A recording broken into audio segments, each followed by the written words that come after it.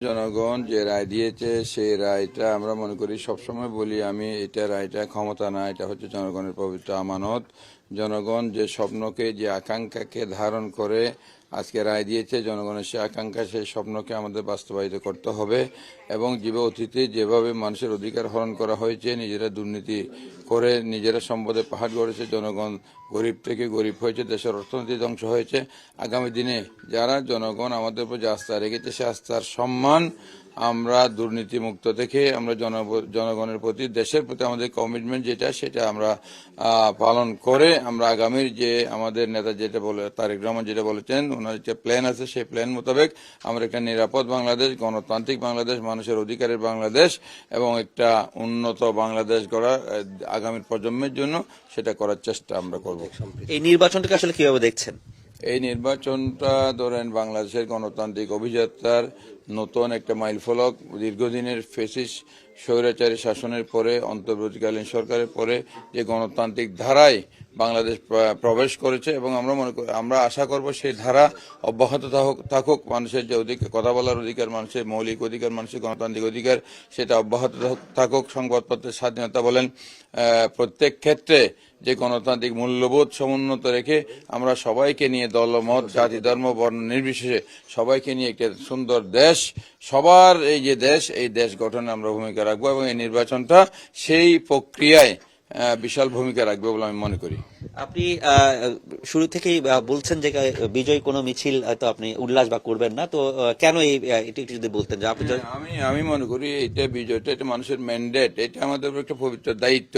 এখানে মিষ্টি বিতরণ, এখানে মনে করেন যে উল্লাস, এটা কোনো প্রয়োজন আছে বলে আমি মনে করি। কারণ এটা যে গুরু দায়িত্ব মানুষ আমার কাঁধে তুলে দিয়েছে, আমার মাথায় তুলে দিয়েছে, সেই দায়িত্ব বোধ আমার থাকা উচিত। এবং যে উল্লাস করে আরেকজনের মনে আমি আনন্দ করলাম, সে আনন্দ আরেকজনের জন্য বেদনারও কারণ হইতে পারে। আমরা সবাইকে নিয়ে একটা ইনক্লুসিভ বাংলাদেশ করতে চাই। যে রেইনবো নেশনের কথা বলা হয়েছে, আমাদের দলের পক্ষ থেকে প্রত্যেক সকল দল, মত, জাতি, ধর্ম, বর্ণ নির্বিশেষে সবাইকে আমরা দেশ গঠনে ঐক্যবদ্ধ করে সামনের দিকে এগিয়ে যেতে চাই।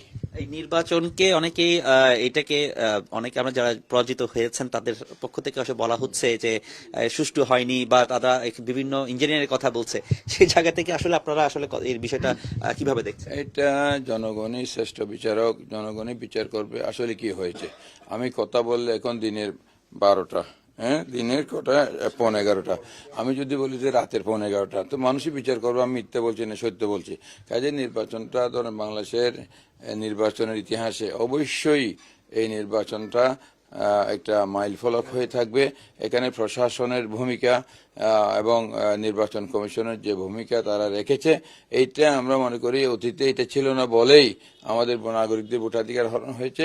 আমরা এইরকম ভূমিকা চাই, আরও চাই। মানুষ এখনো যে ভোট কেন্দ্রে ভোটারদের একটু কম উপস্থিতি, এটা কিন্তু মানুষের মনে যে শঙ্কা, ওই যে ঘর পোড়া গরু সিঁদুর মেঘ দেখলে ভয় পায়, মানুষের মনে সেই আস্থার জায়গা আমরা পুরোপুরি সৃষ্টি করতে না পারার কারণে ভোটার উপস্থিতি কিছুটা কম ছিল।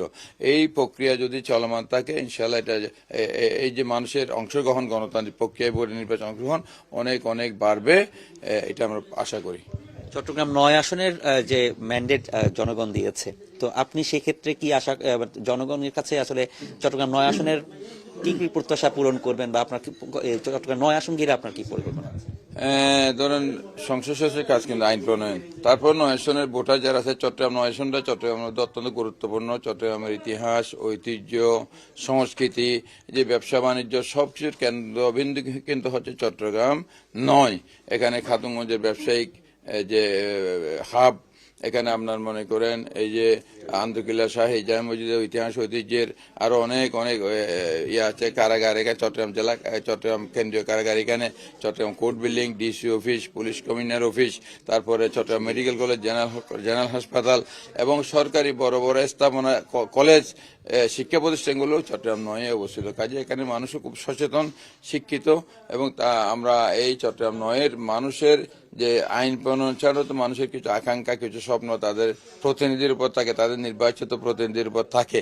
সেই স্বপ্ন বাস্তবায়নে, সেই আকাঙ্ক্ষা বাস্তবায়নে আমরা সর্বোচ্চ চেষ্টা করব। এবং বিশেষ করে চট্টগ্রাম শহরে যানজট নিরসন, পয় নিষ্কাশন ব্যবস্থা, জলাবদ্ধতা এবং এই যে কিশোর গ্যাং, সন্ত্রাস, চাঁদাবাজি, এই যে মনে করেন আমাদের মা বোনদের নিরাপত্তা, এই প্রিজিং দূর করে মা বোনদের যে স্বাচ্ছন্দ্য চলাচল, এগুলো আমাদের নিশ্চিত করতে হবে। আমি মনে করি এগুলো আমরা জনগণকে সাথে নিয়ে প্রশাসনের সাথে সমন্বয় করে এগুলো আমরা ইজিলি করতে পারি। যেগুলো ইজিলি উদ্যোগ নিয়ে করা যায় সেগুলো আমরা করবো, আর যেগুলো মনিটরি ব্যাপার আছে, আর্থিক যে মানে সংশ্লিষ্টতা, এগুলা একটু পরিকল্পনা করে আমাদের করতে হবে। তো এই যে মানুষের নাগরিকদের একটা স্বাচ্ছন্দ্য জীবন, এটা আমরা গঠন করতে চাই।